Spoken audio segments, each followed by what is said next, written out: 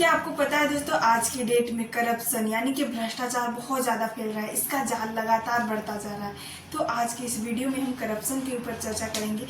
आखिर करप्शन इतना ज़्यादा क्यों और किन किन जगहों में यह बहुत ज़्यादा फैल रहा है और हम आखिर समझ नहीं पाते हैं कि यह हमारे साथ भी, हम भी इस करप्शन के जाल में फंसते जा रहे हैं और हम समझ नहीं पाते हैं। तो इस वीडियो में आज हम चर्चा करेंगे किन किन जगहों पर हम भ्रष्टाचार से पीड़ित हो जाते हैं और वैसे जगह पर हम समझ नहीं पाते हैं। तो उस वैसे जगहों के बारे में आज हम चर्चा करेंगे, किन किन वैसे जगह हैं। सबसे पहले हम बात करेंगे, जैसे ही हमें कुछ ऑनलाइन काम करना होता है या फिर कुछ ऑफलाइन, तो हम जाते हैं अपने काम की तलाश में, अपने काम की उम्मीद में कि हमें सरकारी अधिकारी हमें उस काम को सिंसियरिटी से करेंगे, लेकिन वे हमारे साथ हमारे काम का सेवा भावना से नहीं, बल्कि वे अपने निजी फायदे, अपने निजी स्वार्थ के दम पर करते हैं और हमारे साथ भ्रष्टाचार करने का कोशिश करते हैं।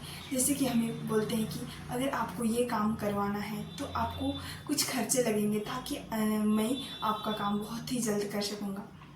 तो हम नहीं समझ पाते हैं कि हाँ यार, हमें अगर इस काम को करना है तो कुछ तो इनके लिए देना पड़ेगा, ऐसा लगता है। लेकिन नहीं, अगर हमें ये सरकारी अधिकारी है और उनके लिए सरकार इसे नियुक्त किया है कि हाँ तुम सरकारी कार्य के अंतर्गत कार्य कर रहे हो, तो उससे हमें 1 रुपया यानी कि किसी भी तरह से खर्चा देने का प्रयास नहीं करना है। हमें उसकी व्यवस्था को समझना है और हमें अपने काम करवाना है ताकि हम भ्रष्टाचार से बचे रहें।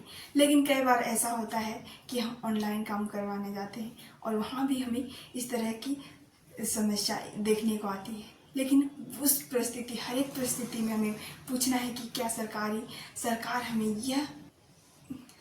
हमें यह मांगती है, यह खर्च मांगती है क्या।